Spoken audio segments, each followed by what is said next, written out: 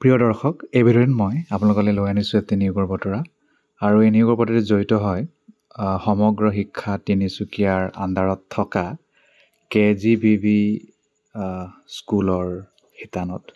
KGBB মানে হৈছে কস্তুৰবা গান্ধী বালিকা বিদ্যালয়া, তিনিচুকীয়া ডিষ্ট্ৰিক্টত আছে আৰু পিয়ৰলি কণ্ট্ৰেকচুৱেল 11 মহীয়া জব, পিছত হয়তো বহাবও পাৰে। ৰেচিডেঞ্চিয়েল জব হয় আৰু স্কুল নহ'লে হোষ্টেল কেম্পাছতেই থাকিব লাগিব বন্ধ হ'লেও, আৰু যেতিয়া আৰু কমপ্লিট বন্ধ হ'ব তেতিয়াহে যাব পাব।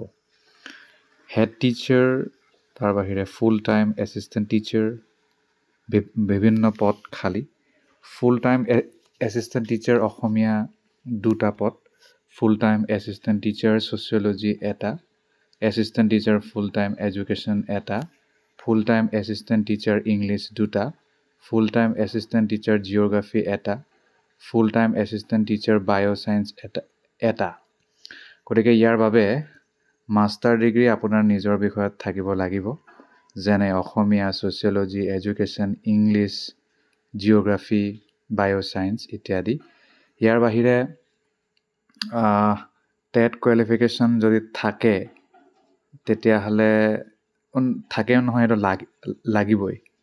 আৰু প্ৰিফাৰেঞ্চ দিব যাৰ UP হাই ছেকেণ্ডেৰী হাই স্কুল লেভেলত টিচিং কৰাৰ এক্সপিৰিয়েঞ্চ আছে। যদি হায়াৰ ছেকেণ্ডেৰী টেট কোৱালিফিকেশ্যন থকা কেণ্ডিডেট নাই তেতিয়াহ'লে সেইটো চলি যাব।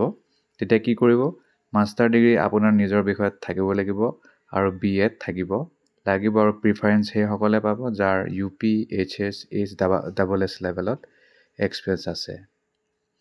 গতিকে মুঠ 2, 4, 5, 6, 7, 8টা এছিষ্টেণ্ট টিচাৰ বিভিন্ন বিষয়ৰ পদ খালী। হেড টিচাৰ বাবে খালী মাষ্টাৰ ডিগ্ৰী আৰ্টছ বা ছায়েন্স লগত BEd আৰু এক্সপিৰিয়েঞ্চ থাকিব লাগিব টিচিঙৰ UP, HS, HSSত। যদি সেইটো নাই তেতিয়াহ'লে টেট কোৱালিফাইড কেণ্ডিডেট লাগিব।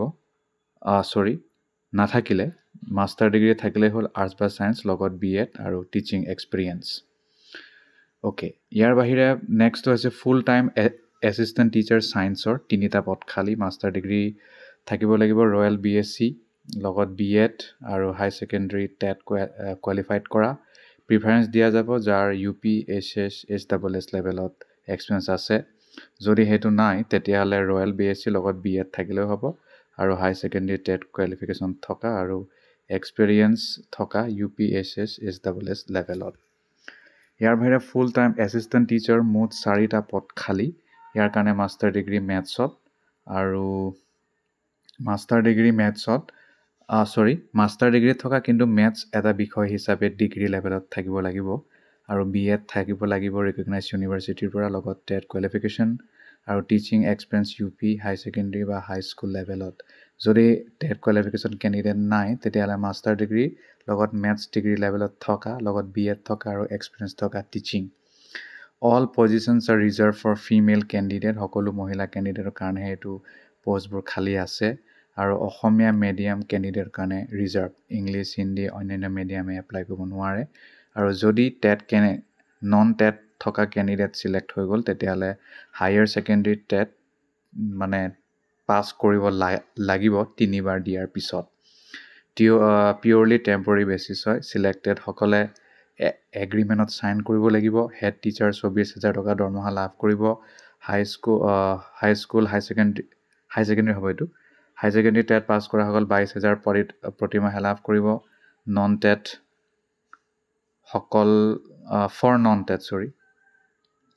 তাৰপিছত ফুল টাইম এছিষ্টেণ্ট টিচাৰসকলে 22,000 টকা, HS টেট পাছ কৰা 20,000 টকা, নন টেট থকা। বয়স 45 বছৰতকৈ তলত 1/1/2025 যদি গণনা কৰে। আৰু যিসকল অলৰেডি KGBBত চাকৰি কৰি আছে তেওঁলোকে এপ্লাই কৰিব নোৱাৰে।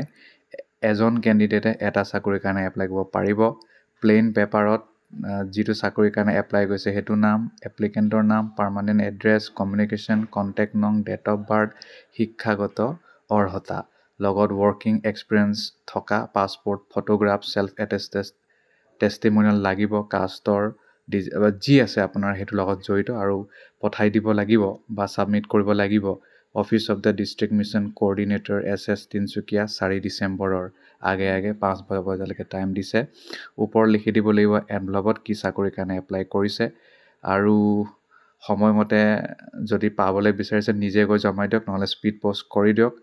ক'ত কি কেনেকুৱা হ'ব শ্বৰ্ট লিষ্টেড কেণ্ডিডেটসকলৰ কথা, ডকুমেণ্ট ভেৰিফিকেশ্যন বা ইণ্টাৰভিউৰ কথা সেইটো অফিচ নটিচ বৰ্ডত দেখা পাব। District mission office SS Tinsukia 8 ডিচেম্বৰত গম পাই যাব। তাৰপিছত ছেপাৰেট কল লেটাৰ নিদিয়ে আৰু TA দিয়ে নিদিয়ে, ইমানেই।